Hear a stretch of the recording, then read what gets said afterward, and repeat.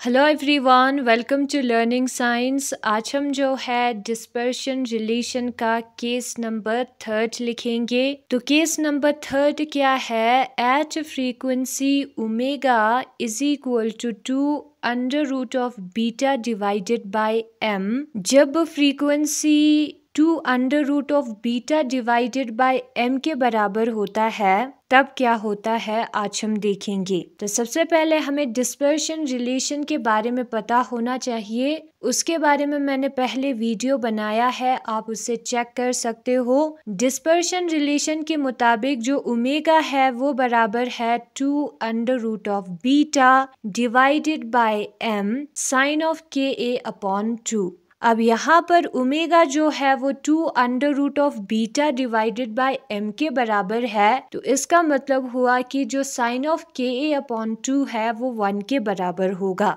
और इसका मतलब ये होगा कि ये जो एंगल है Ka/2 वो जो है 90 के बराबर होगा, क्योंकि साइन ऑफ 90 डिग्री, 90 का मतलब होता है π/2, वो बराबर होता है 1 के, या 2n+1 जो कि एक ऑड नंबर देगा। π/2 सारे जो है आंसर में 1 देंगे जब हम उस एंगल को साइन के साथ ट्रीट करेंगे। ठीक है, तो यहाँ पर हम π/2 लेते हैं। तो इससे हमें पता चला कि जो Ka/2 है वो π/2 के बराबर है। 2 दोनों साइड पे प्रेजेंट है डिवाइड में, तो हो जाएगा कैंसिल। K जो है वो पाई के बराबर होगा, यानी कि K जो है वो π/a के बराबर होगा। अब हमें पता है कि जो K है वो 2π/λ के बराबर होता है, तो K की जगह पर हम 2π/λ लिखेंगे। अब यहाँ पर जो पाई है वो दोनों साइड पे प्रेजेंट है, तो इस पाई को अगर हम डिवाइड में लिखे तो हो जाएगा कैंसिल। हमें मिलेगा 2/λ इज इक्वल टू 1/a। इससे हमें पता चलता है कि जो लैम्डा है वो 2a के बराबर है। 2 और a को इंटू किया है, लैम्डा और 1 को इंटू किया है, तो लैम्डा जो है वो 2a के बराबर होगा। नाउ हम ग्रुप वेलोसिटी का वैल्यू और फेज वेलोसिटी का वैल्यू लिखेंगे, जिसको हमने पहले वीडियो में निकाला है। Vg ग्रुप वेलोसिटी जो है वो v0 cos Ka/2 के बराबर होता है, और Vp फेज वेलोसिटी जो है 2v0 upon Ka sign of Ka/2 के बराबर होता है। यहाँ पर हम Ka/2 के जगह पर 90 डिग्री लिखेंगे। 90 डिग्री का मतलब होता है π/2, यानी कि इसका आंसर साइन ऑफ 90 डिग्री जो है वो 1 आएगा। कोस ऑफ 90 डिग्री 0 होता है, तो Vg जो है वो 0 के बराबर होगा, और Vp जो है वो 2v0 अपॉन Ka के बराबर होगा। Vg इज इक्वल टू 0 का मतलब है कि कोई भी सिग्नल या एनर्जी जो है वो ट्रांसमिट नहीं हो रहा है। ठीक है, जब एनर्जी ट्रांसमिट होती है या सिग्नल ट्रांसमिट होती है तब Vg ग्रुप वेलोसिटी 0 नहीं आएगा। अब यहाँ पर 0 आया है तो ट्रांसमिट नहीं हो रहा है, जहाँ पर K जो है वो π/a के बराबर होगा, ऊपर लिखा है। ठीक है, तो वही मैंने यहाँ पर लिखा है कि नो एनर्जी या signal is transmitted when K is equal to π/a, that is wave is standing wave. जब वेव स्टैंडिंग वेव होता है तब कोई एनर्जी ट्रांसमिट नहीं होता। फिर उसके बाद हम क्या करेंगे? फिर उसके बाद हम जो है इसका फिगर ड्रॉ करेंगे। हमने ट्रांसवर्स वेव को कंसिडर किया था, जिसमें वाइब्रेशन और डायरेक्शन जिसमें वेव जा रहा है वो एक दूसरे से परपेंडिकुलर होंगे, लेकिन एक्चुअल में वेव जो है वो लॉन्गिट्यूडिनल होता है। ये जो मैं वेव ड्रॉ कर रही हूँ वो ट्रांसवर्स है, क्योंकि यहाँ पर वाइब्रेशन इक्विलिब्रियम से अप एंड डाउन हो रहा है और मूवमेंट जो है वो एक्स एक्सिस में है, वाइब्रेशन यहाँ पर वाई एक्सिस में है। ठीक है, तो ये रिप्रेजेंट करता है एक ट्रांसवर्स वेव को। अब ये हमारा मोनो एटमिक लेटिस है। हम सपोज करते हैं इसके अंदर स्पेस होगा, स्प्रिंग से कनेक्टेड होगा ये दो एटम्स। नाउ अगर ये जो एटम है वो नीचे की तरफ आया तो जो उसके पीछे एटम है वो भी नीचे की तरफ आना चाहिए, क्योंकि वो स्प्रिंग से कनेक्टेड है ना। फिर तीसरा वाला एटम भी पीछे आएगा, और उसी तरीके से ये जो बीच का एटम है वो अगर नीचे गया तो पास वाले एटम्स उसके पास आएंगे, और ये जो एटम है वो वेव शेप का फिगर बनाएगा। वो कब होगी? वो तब होगी जब एनर्जी एनर्जी ट्रांसफर होगी। एंड जब एनर्जी ट्रांसफर नहीं होगी तब क्या होगा, तब स्टैंडिंग वेव बनेगा। स्टैंडिंग वेव हमें कैसे बनाना है, ये है हमारे एटम सपोज वाइब्रेशन होने से पहले। नाउ ये जो एटम है वो नीचे की तरफ आ गया, तो जो सेकेंड पोजीशन पे एटम है वो इससे स्प्रिंग से कनेक्टेड होगा, तो दूसरा एटम भी नीचे आना चाहिए, होना चाहिए कुछ ऐसा रिलेशन। लेकिन दूसरे एटम पे कोई फर्क नहीं पड़ता, और उसी तरीके से अगर थर्ड एटम नीचे आ जाए तो चौथे पे कोई फर्क नहीं पड़ता, वो वही पोजीशन पर रहता है, स्प्रिंग से कनेक्टेड है फिर भी, ठीक है, वो उसके पीछे पीछे नहीं आता। तो इससे हमें क्या पता चल रहा है कि कोई जो एनर्जी है वो ट्रांसमिट नहीं हो रहा। ठीक है, ये दो एटम स्प्रिंग से कनेक्टेड है, अगर आगे वाला एटम नीचे आएगा तो जो पीछे एटम है वो भी नीचे आएगा, और उसी को हम कहेंगे कि एनर्जी जो है वो एक जगह से दूसरी जगह तक पहुंच गया है। अगर ऐसा नहीं हुआ, जो कि इस केस में नहीं हो रहा है, बीच वाले एटम्स उसी पोजीशन पे प्रेजेंट है, तो उसको हम कहेंगे स्टैंडिंग वेव, जिसका फिगर बुक में दिया है। ठीक है, तो ऐसे जो है वो एटम्स हमारे प्रेजेंट होंगे। अब ये जो नीचे एटम है वो एक्चुअल में पहले यहाँ पर प्रेजेंट था और वाइब्रेशन यहाँ पर अप एंड डाउन हो रहा है, तो ये जो दो एटम्स के बीच में डिस्टेंस है वो ए के बराबर होगा, बुक में दिया है ये जो पॉइंट और इसके बीच में डिस्टेंस है वो ए होगा, और ये जो दो एटम्स है उनके बीच में जो डिस्टेंस है वो लैम्डा के वेवलेंथ के बराबर होगा। क्यों?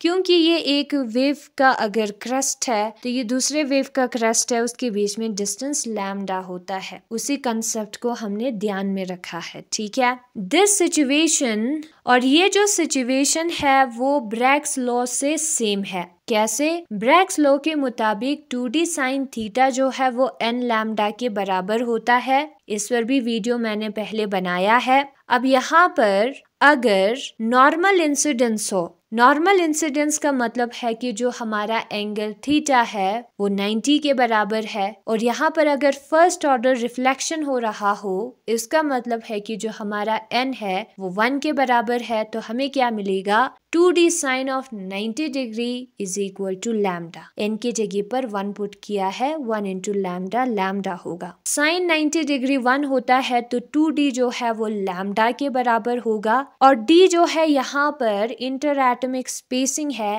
एटम्स के बीच में डिस्टेंस है। वैसा ही तो कंडीशन अभी हमें मिला था, लैम्डा जो है वो 2a के बराबर है, जहाँ पर a जो है वो इंटर एटमिक स्पेसिंग या दो एटम्स के बीच में डिस्टेंस है। तो इससे हमें पता चला कि ये जो कंडीशन है वो ब्रैग्स लॉ से सेम है। ऑल्सो इससे हमें ये भी पता चलता है कि एक मैक्सिमम फ्रीक्वेंसी जो है वो एग्जिस्ट होती है। यहाँ पर दिया है हमारा फेज वेलोसिटी जो कि 2v0 अपॉन पाई के बराबर आता है, और ये जो है हमारे मैक्सिमम फ्रीक्वेंसी के बराबर होगा। कैसे? क्योंकि जो फेज वेलोसिटी है वो ओमेगा अपॉन के बराबर होता है। उसी चीज को सॉल्व करके हमें ओमेगा का वैल्यू मिलेगा जो कि 2v0 अपॉन पाई होगा। यहाँ पर लिखा है ना, vp जो है वो ओमेगा अपॉन के बराबर है, जो कि 2v0 अपॉन के बराबर होगा। एंड जब हम के का साइड चेंज करेंगे तो 2v0 अपॉन पाई नहीं, यहाँ पर a होगा। ठीक है, 2v0 अपॉन a के बराबर होगा। पाई यहाँ पर मिस प्रिंट हुआ है।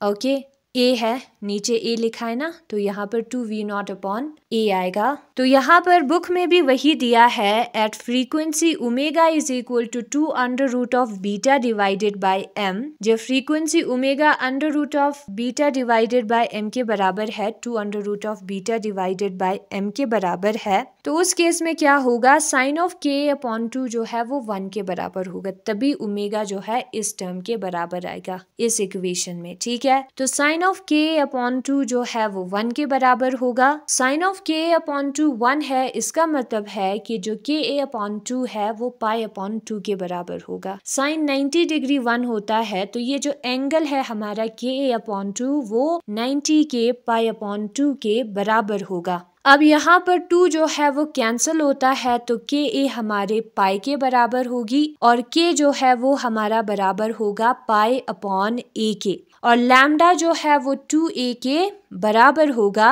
कैसे हमें मिलेगा वो वैल्यू, जब हम k के जगह पर 2 पाई अपॉन लैम्डा पुट करेंगे तब हमें वो वैल्यू मिलेगा। यहाँ पर फेज वेलोसिटी और ग्रुप वेलोसिटी दोनों का वैल्यू हमने पहले निकाला था, उसमें पुट करना है ये जो भी वैल्यू हमें मिला है। तो उससे हमें मिलेगा Vg इज इक्वल टू 0 और Vp is equal to 2V0 divided by pi के। वैल्यूज पुट करने पर ये वैल्यूज हमें मिलेंगे, ठीक है। फेज वेलोसिटी में डिवाइडेड बाय पाई आता है, ये चीज ध्यान में रखना है। तो यहाँ पर इसका मीनिंग क्या है, Vg इज इक्वल टू 0, इसका मतलब है कि कोई भी सिग्नल या एनर्जी जो है वो ट्रांसमिट नहीं होता है जबकि हमारा पाई अपॉन ए के बराबर होता है, यानी कि जो स्टैंडिंग वेव है वो हमें मिलता है जो कि यहाँ पर फिगर में दिया है, ठीक है। ये जो नीचे एटम्स है वो वाइब्रेट होकर नीचे की तरफ आ गए, लेकिन जो ऊपर वाले एटम्स है उनको ये एनर्जी नहीं मिला तो वो ऐसा शेप नहीं बना पाए, ठीक है, वो पीछे पीछे नहीं आ पाए,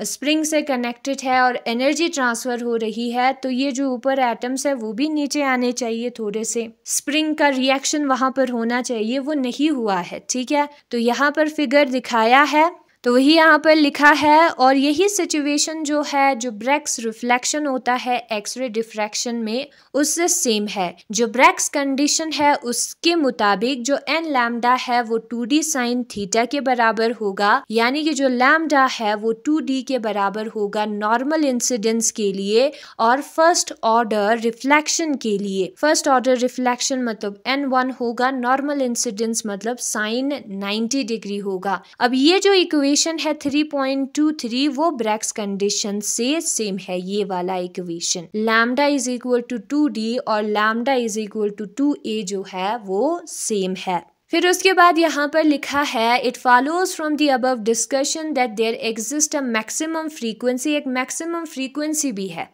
जो कि हमारा 2 under root of beta divided by m के बराबर है, जो कि 2V0 डिवाइडेड बाय a के बराबर आता है। यहाँ पर पाई मिस्टेक से है, ठीक है, Vp में पाई आता है, फेज वेलोसिटी में ओमेगा में a आएगा। ये जो रिलेशन है उसका यूज करके हमने निकाला है। Vp में पाई आएगा, ओमेगा में k और k कैंसिल होगा तो a आएगा डिवाइड में। तो वही यहाँ पर भी लिखा है we know that a is of order angstrom. a जो है एटम्स के बीच में डिस्टेंस है तो उसका ऑर्डर एंगस्ट्रॉम होगा, और v0 जो है वेलोसिटी है साउंड का सॉलिड में, ये हमने पहले निकाला था, उसका ऑर्डर होगा 10⁴ मीटर पर सेकेंड। तो इससे हमें क्या पता चलता है, देयरफॉर वी ऑब्टेन, इन वैल्यूज को पुट करने पर वैल्यू ऑफ मैक्सिमम फ्रीक्वेंसी जो है, मैक्सिमम फ्रीक्वेंसी कितना होगा 10⁻14 हर्ट्ज होगा। v0 का वैल्यू पता है, a का वैल्यू पता है, तो ओमेगा जो है 10⁻14 हर्ट्ज मिलेगा,